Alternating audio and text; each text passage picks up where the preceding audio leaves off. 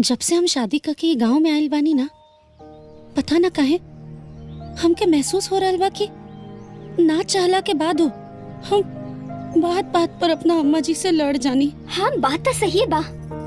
हमार सास के कुछ बोलना पे पता ना काहे हमार जुबान एकदम कैंची के जैसे चले लागेला। हाँ, हमार सास भी कुछ भी हमरा के बोल देवेली, एड़ी से चोटी तकले हमरा के गुस्सा आ जावेला, मन करेला काका कर दी। ये सब कुछ ना उस साधु बाबा के श्राप की वजह से होता। जैसे गांव के मर्द लोग विकास पे लगल श्राप खातिर पूजा करा के उस श्राप के काट देलन, वैसे ही काहे ना हमनी औरत लोग भी सास बहू के झगड़ा वाला श्राप के पूजा पाठ करा के मुक्ति दिला दी।